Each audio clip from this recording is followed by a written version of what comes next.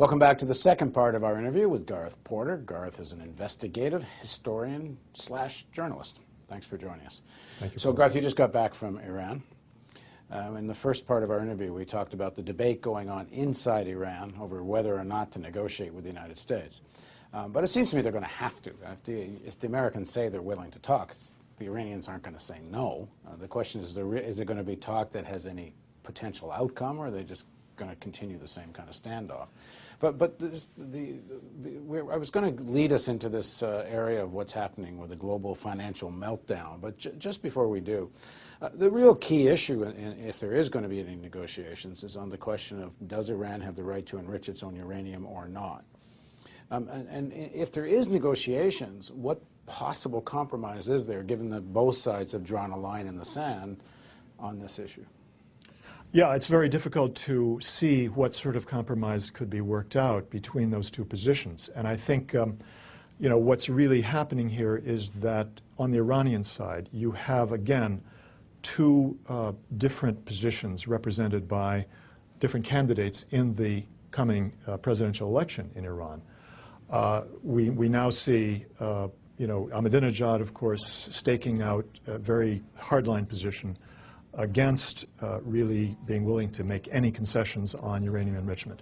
But if, in fact, former President Khatami, who was in power up until Ahmadinejad took over, and had tried to bring about some meaningful negotiations with the Europeans, did offer he didn't offer to end uranium enrichment, but there was a clear intention to communicate that Iran would limit very strictly and at a fairly low level the amount of enrichment taking place, something that would have left Iran in a much different position from what it is today, with nearly 4,000 centrifuges operating.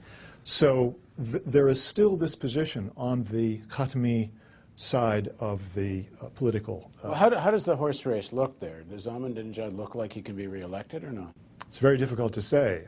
You get two very different views of this question, talking to political party leaders and analysts in Iran, one of which is that the Iranian economy is in such bad shape and bound to get worse in the coming months that it's going to be impossible for Ahmadinejad to survive this politically.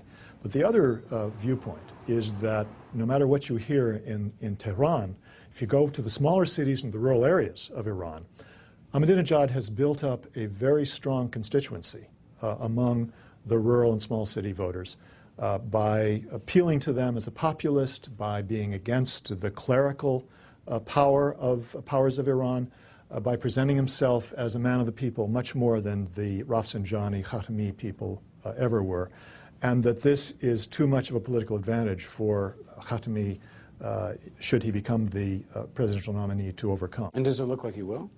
Khatami probably will become the candidate from everything I saw.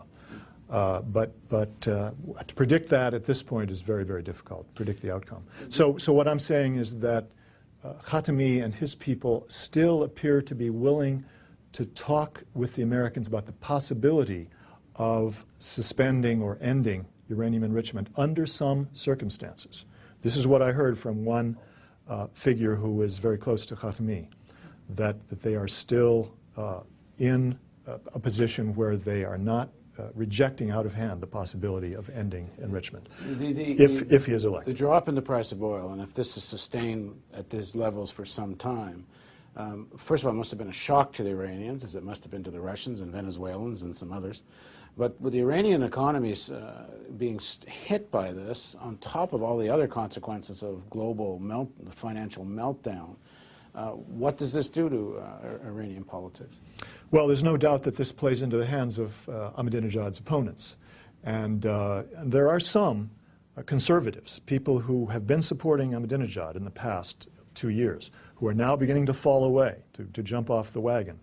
And they're not yet supporting Khatami, because these are people who are very critical of the what they regard as soft-line people, too pro-Western. If Obama, with some new reinvigorated American foreign policy, was able to pile on some sanctions, I don't know whether the Russians and Chinese would buy in, but with the Iranian economy already so fragile, a certain amount of sanctions might have much more effect now than they would have just a few months ago. Well, again, this all depends on the elections in Iran. If Ahmadinejad is elected once again, those sanctions will not work. I think I'm convinced that Ahmadinejad and his followers will continue to maintain a very strong hard line against negotiating a deal, no matter what. Unless the United States really sends signals that it is going to end its hostility toward Iran, in which case I think you'd have a different story.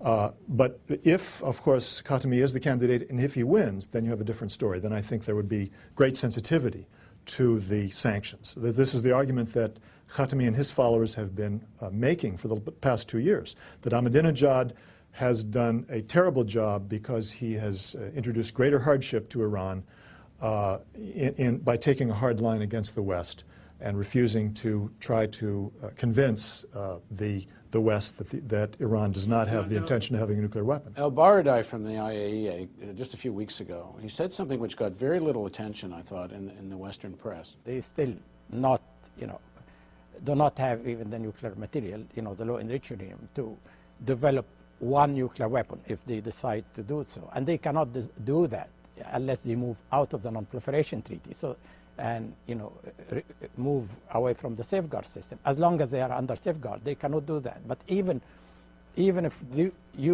they decide to walk out tomorrow from the non-proliferation treaty, and you go into a lot of scenarios, it is not going to, that we are going to see Iran tomorrow having nuclear weapon.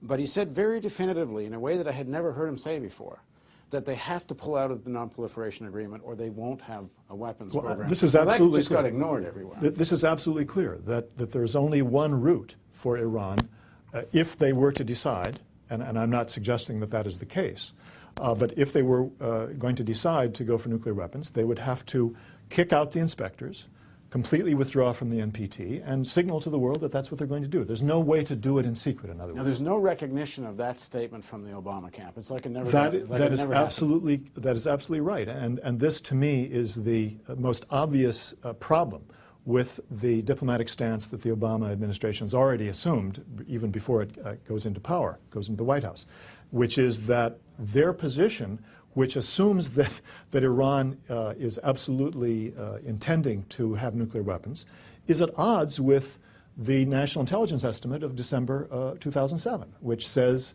that not only have they stopped whatever work they were doing on nuclear weapons in 2003, and they have not resumed that, but that we cannot say that we know what the intention of Iran is. There is not evidence to support the idea that Iran intends to have nuclear weapons, according to that estimate. And if, according to their own estimate, NIE estimate, National Intelligence Estimate, according to El-Baradei, according to any source that's actually studied the situation, there's no evidence Iran wants weapons. And now, certainly Obama and his people know all of this, which leads one to ask the question, well, maybe this standoff isn't really about the weapons. And in the next segment of our interview, let's explore, if it's not about the weapons, what is it? Please join us for the next segment of our interview with Gareth Porter. This is the sort of thing we can build right now without anyone else's permission from the government or from the business community. It's the power's in our hands. If we're not going to sleepwalk into more wars and into environmental disaster, we think we need to start with a television news network that won't bow to pressure and has the courage to seek facts. And that means independent economics. And that's why we need you.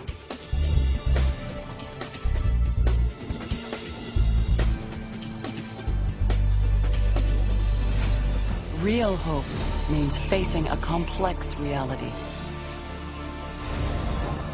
Your tax-deductible donation makes it possible. Please contribute. Visit therealnews.com.